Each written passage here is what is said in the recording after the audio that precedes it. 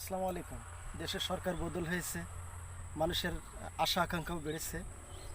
তো তেমনিভাবে শিক্ষাক্ষেত্রে নতুন কারিকুলাম নিয়ে অনেক কথাবার্তা বলা হচ্ছে। নতুন কারিকুলাম বলতে বলতে একেবারে মুখে ফেনা উঠে যাচ্ছে। কিন্তু কখনো কি চিন্তা করেছেন যে কারিকুলামই আপনি আনেন না কেন, এই কারিকুলামটা বাস্তবায়নটা কে করবে? বাস্তবায়ন করবে কিন্তু একেবারে মাঠ পর্যায়ে যে সকল শিক্ষকরা আছে তারাই কিন্তু বাস্তবায়ন করবে।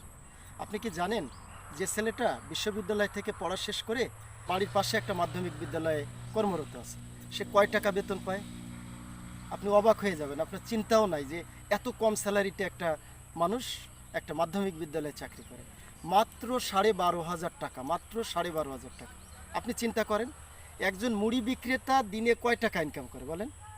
একজন মুড়ি বিক্রেতা দিনে, আমার হিসাব অনুযায়ী, আমার আশেপাশে অনেকেই আছে আমি জানি, 1,000 টাকার নিচে না। সেই হিসেবে 30 দিন হিসাব করলে তার অন্তত 30,000 টাকা ইনকাম হয়। আর একজন মাধ্যমিক বিদ্যালয়ের শিক্ষক সে 12,500 টাকা বেতন পায়। তো আপনারা চিন্তা করেন, আমরা শুধু বলি শিক্ষা জাতির মেরুদণ্ড, শিক্ষা জাতির মেরুদণ্ড। আরে ভাই, শিক্ষা জাতির মেরুদণ্ড তো ঠিক আছে, আপনি কখনো চিন্তা করেন শিক্ষা যদি জাতির মেরুদণ্ড হয়, শিক্ষার মেরুদণ্ডটাকে? এই শিক্ষার মেরুদণ্ডটা হচ্ছে শিক্ষকরা। আর এই শিক্ষকদের এত কম বেতন, এত কম স্যালারি, এত কম সুযোগ সুবিধা দিয়ে আপনি কিভাবে আপনি একটা ভালো কারিকুলাম আপনি সফলভাবে সেটা সম্পন্ন করতে পারবেন?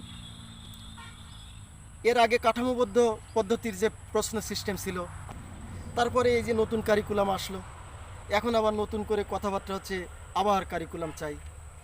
কারিকুলাম দিয়ে হবেটা কি আপনারা দেখেন না? যেখানে এই এক একটা কারিকুলামের পিছনে কত হাজার হাজার হাজার হাজার কোটি টাকা, এই হাজার হাজার কোটি টাকা আপনি শিক্ষকদের মানোন্নয়নে ব্যয় করেন।